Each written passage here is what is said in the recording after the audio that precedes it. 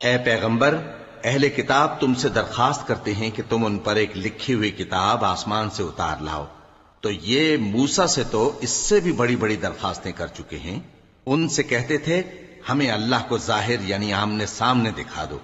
سو ان کے گناہ کی وجہ سے ان کو بجلی نے آ پکڑا، پھر کھلی نشانیاں آ جانے کے بعد بچڑے کو معبود بنا بیٹھے،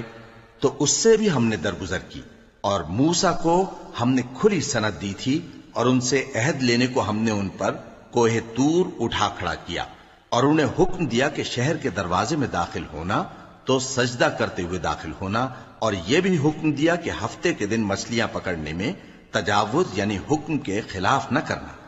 غرض ہم نے ان سے مضبوط عہد لیا،